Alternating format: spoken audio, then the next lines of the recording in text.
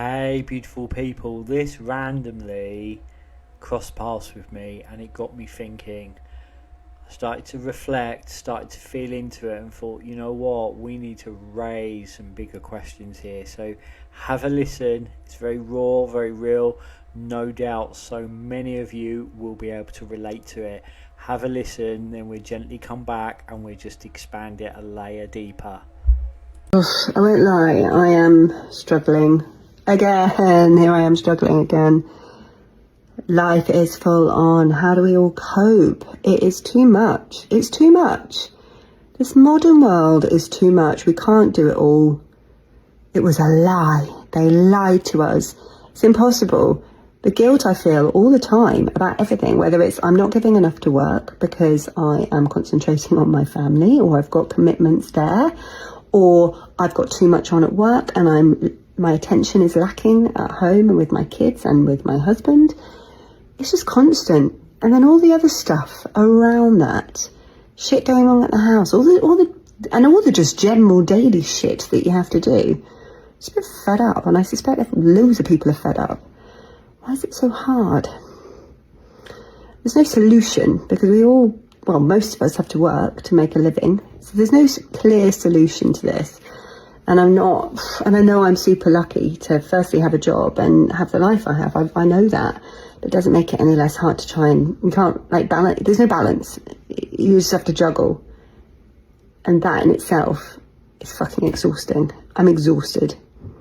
I'm probably as close to burnout. Well, I'm always close to burnout, but right now, no matter how much sleep I get, I wake up exhausted. All the time. I'm finding tasks at work hard because I'm just like, I can't bear to even start this. It feels big and huge right now, and I'm struggling to find a positive in it all. I'm sure I'll feel better on another day, but right now I'm just feeling fucking shit. And hopefully at some point I can make a change. But right now I can't see a way out. That was pretty hard hitting, right? That hit home. I know it spoke to me. I'm sure it has you as well. You know, the thing is, this is one of the greatest tragedies of our society. One of the most massive failures of our culture is that we have stripped out nurture and care, that we've ended up valuing profit before people. And that is something that is fired and written into our lives from such a very young age. You know, I feel that if we don't centre a culture around nurture and care and that philosophy, your society will fail. It will rupture. It's rupturing. For some time now, the unseen have been talking about two threads of which that are running through the collective. People are either experiencing rupture or they're experiencing breakthrough. And quite often right now it's running parallel, so you're experiencing rupture alongside a breakthrough.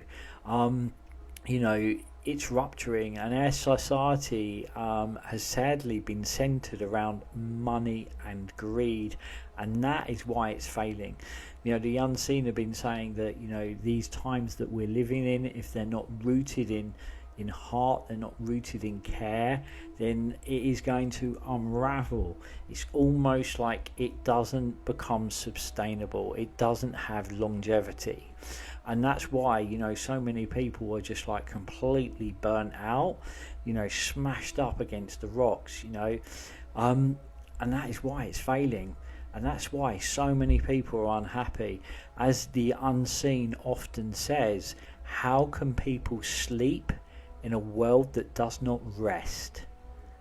It's a shit show, and we need to change this world. For our todays are our children's tomorrows. And I think one of the greatest things you can do if you've got children of a certain age is change up their smartphone for a flip phone. You know, get them an MP3 player, allow them to rest, get them outside. You know, all the things that we used to do as kids. Do you remember coming home, being told, come home for tea when the lights flicker? You know, and, you know, we were in our bodies, we were exploring, we were in the wonder. And we haven't arrived here overnight. It's the boiling frog, I'm telling you. And if you don't know about the boiling frog, go and research it. Go and watch a video on it. The boiled frog, the boiling frog. We need to change this world, and we do so by redefining our choices. And of course, as that wonderful lady said, it's like, you feel like you just have to just keep going. Like it doesn't feel like there is a choice. What we've got to kind of like consider is that our todays are our children's tomorrows, and they are the future. And so much of the world that we live in right now feels broken, but as the innate often whisper to me, broken though by design, right? And that raises bigger and greater questions. They are the future, they are the spark, they are the fire, they are life itself, just full of wonder. Do you remember what that felt like as a child, running through the forest, like seeing your first butterfly, all those things, like seeing the stars, being barefoot on the sand on the beach? It's like we need to kind of re-immerse ourselves back into that world. This shit show is a failure beyond measure, and we need to see this as a failure and meet it as such, and then start to absolutely gravitate to where the light is. So it's not about like, I don't want to know that, I can't look at that. We need to start having more of those honest conversations like we've just witnessed. We need to start having those conversations out in the open, within the world, in amongst their friends. And as that wonderful lady says, there doesn't feel like there's solutions, and that's absolutely true, because we're like treading water. But I think when I kind of like take a moment with that, it's about making those choices where we can and coming back to them. It's like maybe it is about kind of like looking at how we're moving through the world,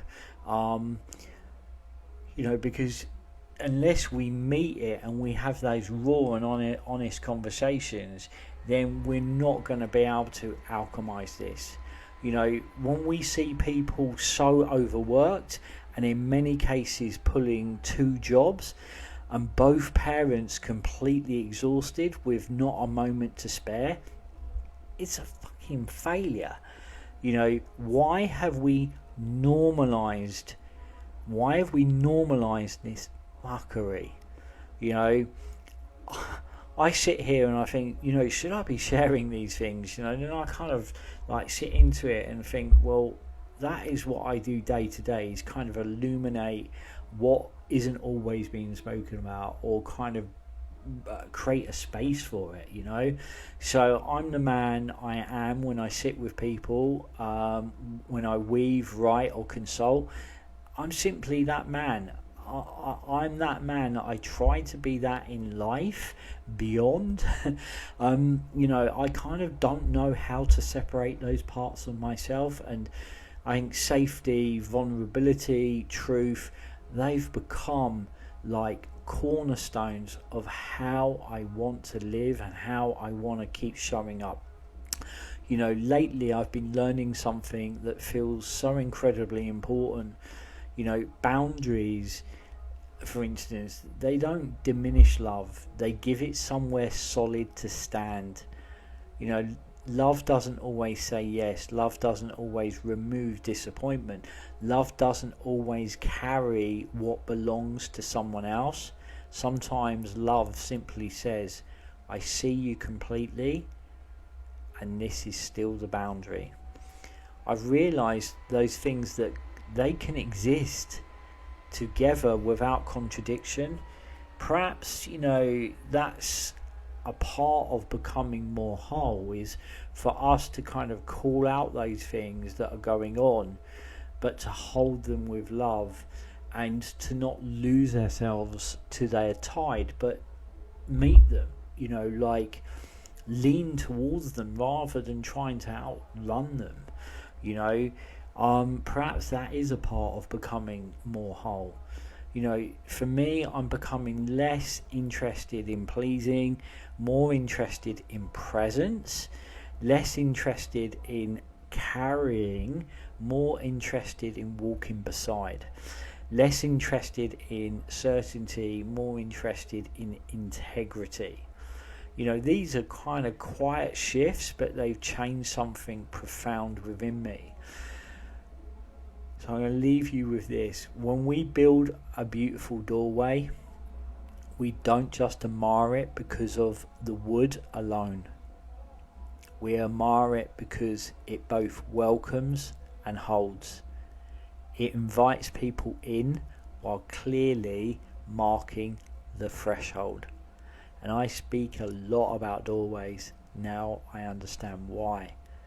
You know, perhaps that's what I'm learning to become more deeply, is a threshold. Someone whose kindness says, come in,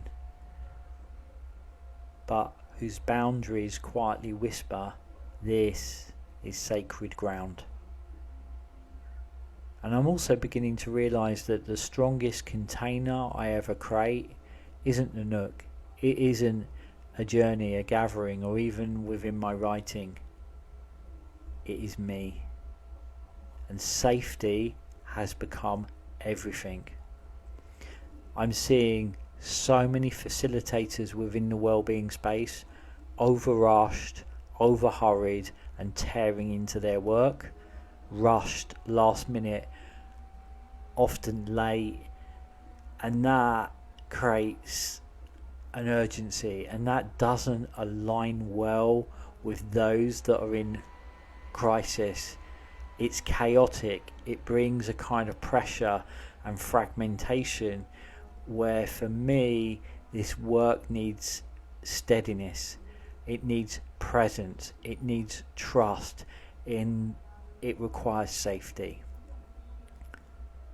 After all, you can only truly hold space for others if there is a desire to hold space for yourself. As always, sending you all so much love. Keep shining. Until next time.